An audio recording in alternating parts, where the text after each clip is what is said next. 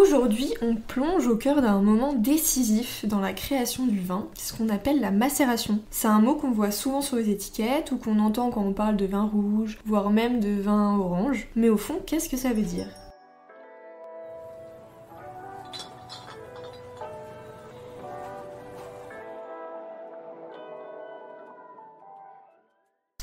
La macération.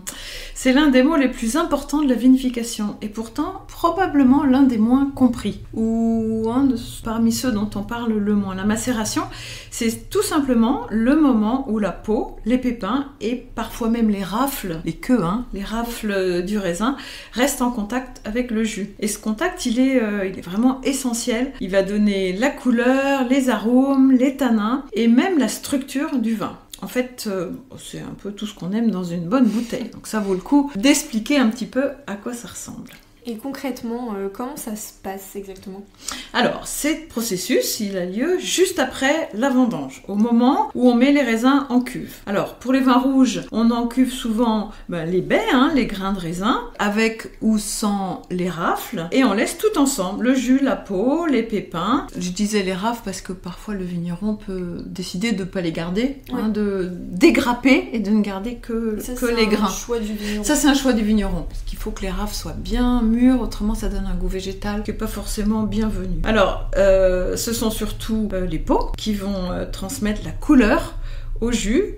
Le jus est blanc à la base, même pour les raisins rouges. Et petit à petit, sous l'effet de la montée en chaleur pendant la fermentation, les composants naturels du raisin vont se diffuser dans le liquide. Donc c'est un peu comme une infusion de raisin. Oui, exactement. C'est exactement ça. Une infusion longue, moins longue, mais surtout très surveillée. Et selon la température, tant les remontages, on peut obtenir des styles très très différents. Finalement, c'est un moment où le vigneron a quand même une certaine créativité qui peut imposer à son vin, parce que une macération courte va donner un vin plus fruité, plus souple, parce que les tanins n'auront pas eu le temps d'être vraiment complètement relargués dans le jus. Et une macération longue apportera plus de tanins, de profondeur et probablement un plus grand potentiel de garde. Donc c'est pas pour tous les vins. Et on a évoqué le vin orange tout à l'heure. Est-ce que tous les vins oranges viennent de la macération ? Alors le vin orange,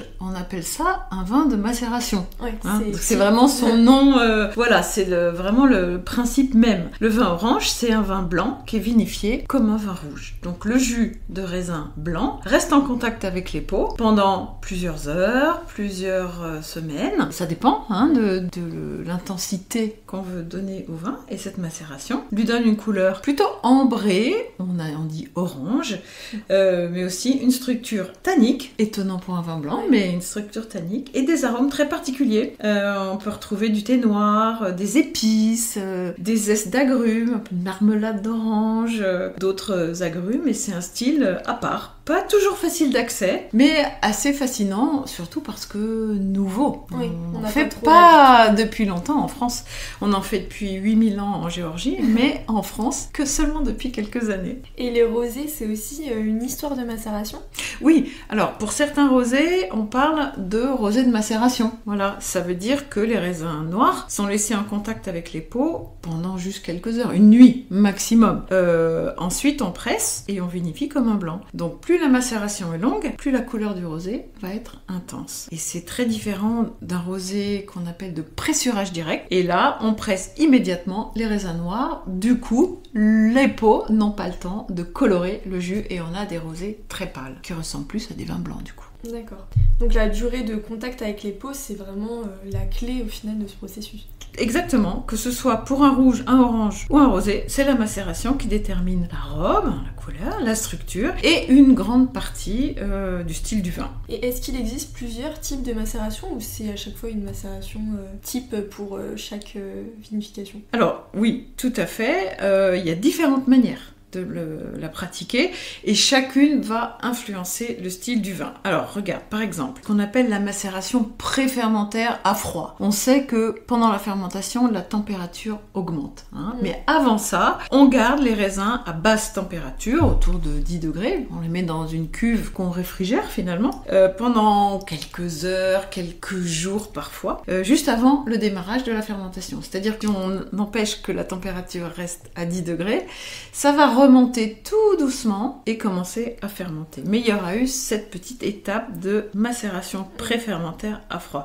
L'objectif, c'est d'extraire les arômes fruités et sans trop de tanins. Il y a aussi la macération fermentaire. Alors ça, c'est global pour tous les vins.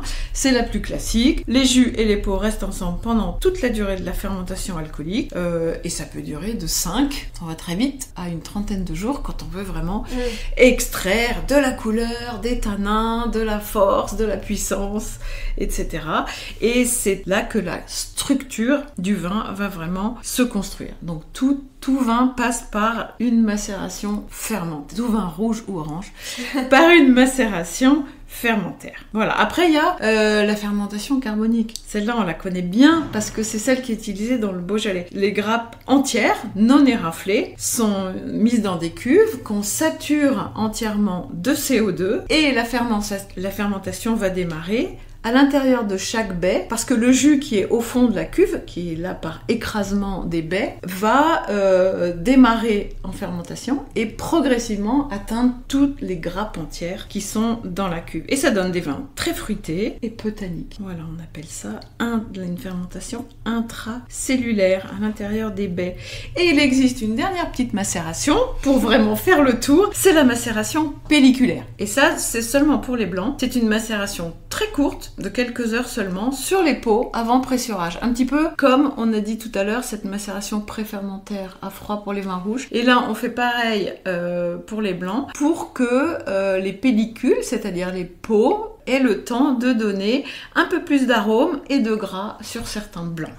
D'accord. Donc selon le type de macération, on oriente déjà un peu tout le style du vin. C'est ça. C'est comme un peu une boîte à outils du vigneron. Il peut jouer sur le temps, la température, le type de raisin, la présence ou non des rafles. Voilà, la macération, c'est vraiment l'une des clés du style du vin. Et concrètement, pendant la macération, qu'est-ce que fait le vigneron? Il regarde, il goûte, il remue.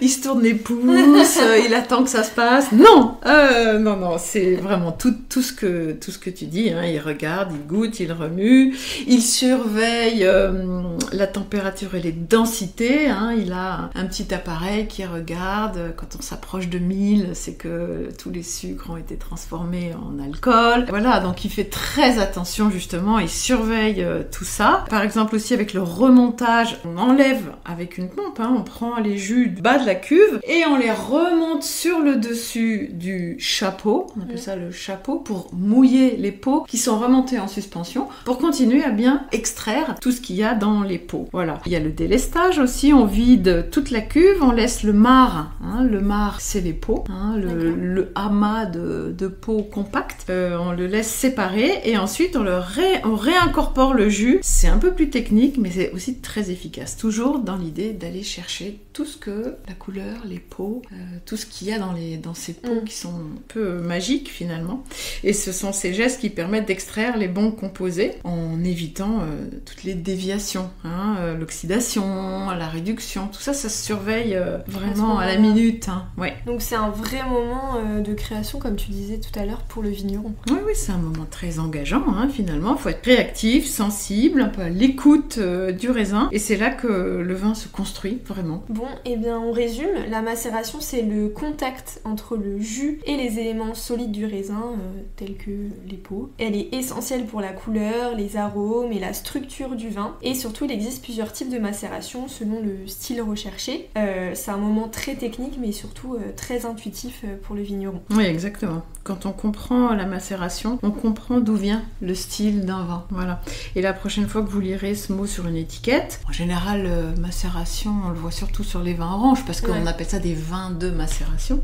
Mais voilà, si vous lisez une fiche technique ou si vous posez des questions au vigneron et qu'il vous dit qu'il y a eu une macération de 20 jours, vous comprendrez ce que ça veut dire, que pendant 20 jours, les pots ont eu largement le temps de donner de la couleur, de la structure, voilà. C'est tout un travail d'équilibre, de temps et de goût. Donc on comprend plus le travail qu'il y a derrière, tout le travail du vigneron. Et la semaine prochaine, on continue notre voyage des régions viticoles avec une région de caractère, le Jura. En attendant, vous pouvez nous retrouver sur nos autres réseaux sociaux tels qu'Instagram, Facebook, YouTube et Pinterest, et bien sûr sur notre site 3x20.com pour retrouver nos pépites d'artisans vignerons.